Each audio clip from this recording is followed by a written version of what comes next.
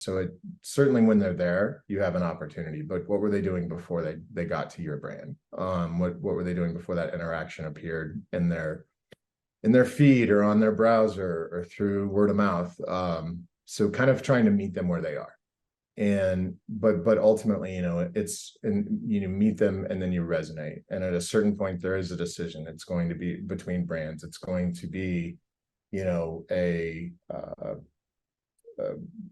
it's going to be a Ford or a Chevy to be generic. Somebody's going to make a choice on a brand. Why did they make that choice? And then there's a tremendous amount of factors at play that can move that dial one direction or another. But it does, I think, all start with just knowing where your market is to know where you need to be, and so that's a big thing we start with.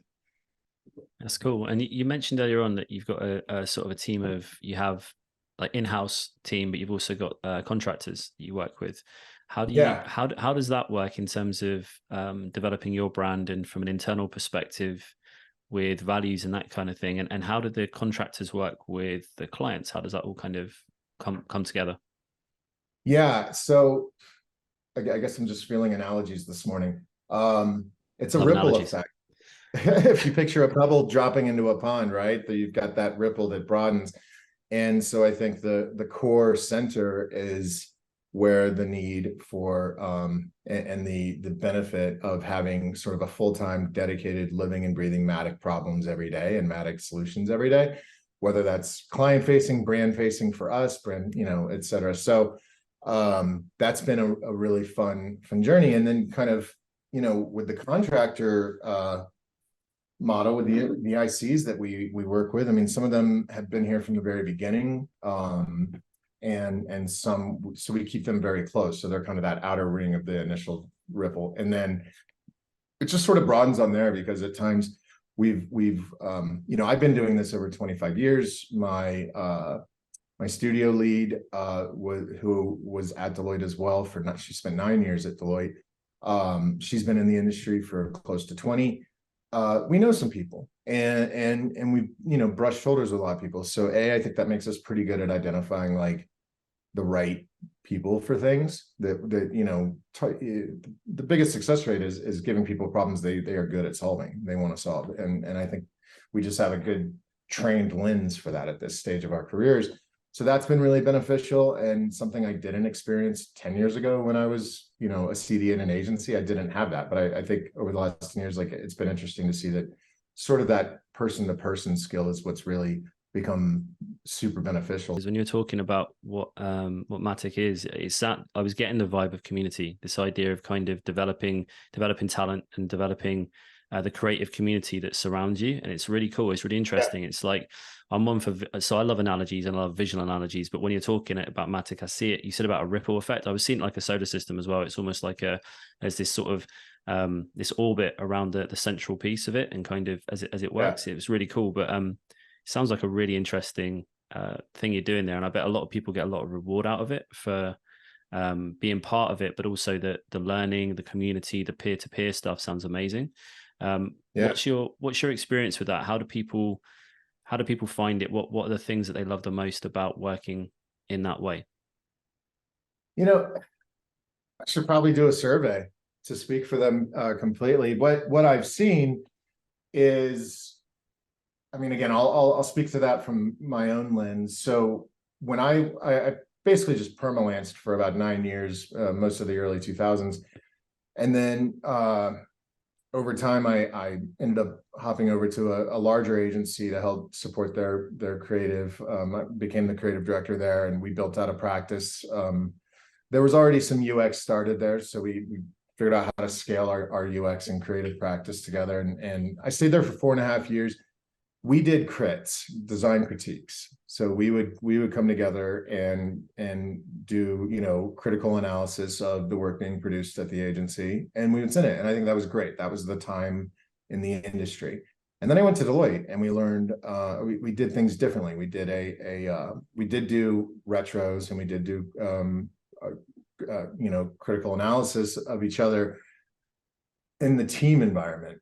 But And Deloitte was, the reason it was so fascinating to me is it was the first experience I had where, even though the other agency was established and much bigger than my permalancing operation, so that felt like a big step.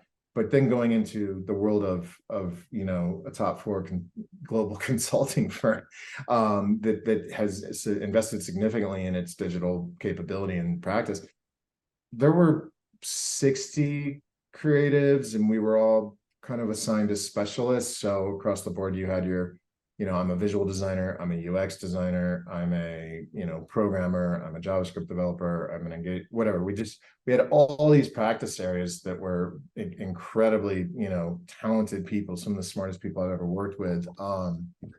And when we did, what they did there was called a brown bag. And we just came in and shared on a topic or shared on something. So that was not something I'd seen before. So we do that to kind of keep people engaged and learn on, FigCon just happened. So Chris, our studio lead, did a big, lunch and learn on that, and kind of and we do this, we just say, hey, come if you want. This isn't a billable hour. Like if you don't want to come to this, you don't have to. But client work, always billable. But yeah, if you're coming to like just hang out with us, like we went here. And I think without having a survey on hand, I can say that the vast majority of people came in the network. And so like that's cool that like they want to spend time with us, they want to connect with each other. We love seeing that happen. And then the other thing that Deloitte taught me that we've broken in is the mashups. And the idea behind the mashup is take out the critical analysis and let's just do analysis and also a little bit of show and tell. And you're going to get feedback because you're around critical thinkers that are, creatives and strategists. And we can see past beauty and get into the, oh, that's really interesting how we do a lot in travel. So for a booking flow, it might be like, that's really interesting how you manage to, check that requirement box and also keep the path to purchase under 3 steps. That was phenomenal, like for such a complex product. So like it's uplifting, but it can also go the other way where it's like, what was the genesis there? Oh, that's unfortunate that was a requirement because it would have been way cooler like this. So I mean, it does go both ways, but being able to just build that in, I mean, Chris, I'm just sort of borrowing from some of the best playbooks I've seen, and we're always learning new ways. We also for being such a small, scrappy agency, it might surprise some, but one of our early hires was a talent director. She's phenomenal. She's worked at this capacity in the past. She brings more than a recruitment aspect, and that's a big part of her responsibility at Matic, but she really taps into kind of the human interest side of what we're doing as a company, and building in these this ethos, I guess, of just really being a people forward company. And so thrilled that we are able to do that.